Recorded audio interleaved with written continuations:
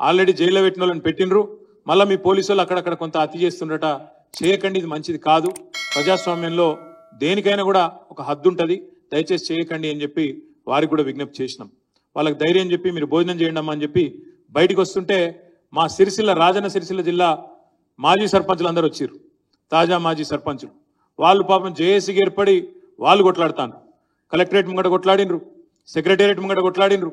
మొత్తం ఎక్కడికక్కడ రాష్ట్ర వ్యాప్తంగా మరి వాళ్ళు కూడా ఒక ఫోరంగా ఏర్పడి వాళ్ళకు రావాల్సిన బిల్లుల గురించి, కొత్తగా పంచాయతీ ఎన్నికలు పెట్టే లోపల మా బిల్లులు మాకు ఇవ్వండి, మాకు సంబంధించిన పాత బకాయిలు తిప్పి తిప్పి కొడితే ఓ 700 కోట్లు ఉంటాయి, మాకు ఇప్పియండి అని చెప్పి వాళ్ళు వచ్చిండ్రు.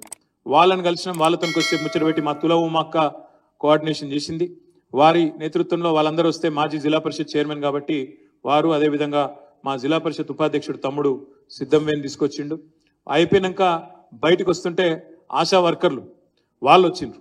వాళ్ళు వచ్చి అన్న ఎల్లుండి నుంచి అసెంబ్లీ స్టార్ట్ అవుతుందట కదా, మా గురించి మాట్లాడాలని చెప్పి ఆ సంఘం వాళ్ళందరూ వచ్చి రాంబాబు యాదవ్ గారు మా కార్మిక విభాగం అధ్యక్షుడు, ఆయన కోఆర్డినేషన్ చేసిండు. వాళ్ళందరూ వచ్చిండ్రు.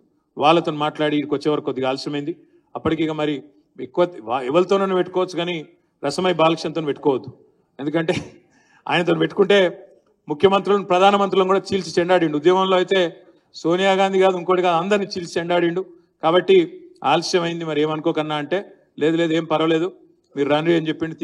తీసుకొచ్చి మా బంధువుకు లక్ష్మణ్ గారు, అదేవిధంగా మిత్రులు మంచి ఏర్పాట్లు చేసినారు. కొద్దిగా సౌండ్ మంచిగా వేస్తే, అకూస్టిక్స్ మంచిగా వేస్తే ఇంకా బాగుంటుండే. నాకు బాగా నచ్చింది ఏంటంటే ఇప్పుడు ఇందాక చూపెట్టిన షార్ట్ ఫిలింలు కానీ ఆ తర్వాత పాటలు కానీ చాలా స్పష్టంగా సూటిగా సుత్తి లేకుండా గుండెకు తట్టే విధంగా డైరెక్ట్గా సామాన్యుడికి కూడా అర్థమయ్యే విధంగా చాలా స్పష్టంగా చెప్పింది. ఇలేమి గోల్మాలు, ఏం డ్రామా, ఓవర్ యాక్షన్ ఏం లేకుండా సూటిగా సుత్తి లేకుండా చెప్పాల్సిన పాయింట్ గుండెకు తట్టే విధంగా చెప్పిండ్రు. చాలా సంతోషం ఏంటంటే నేను దీంతో నాపా ఇంకా చేస్తా, నెలకొకటన్నా షార్ట్ ఫిలిం తీస్తా, దయచేసి నా యూట్యూబ్ ఛానల్ ఆర్బీ టీవీకి కూడా చూసుకోమన్నాడు.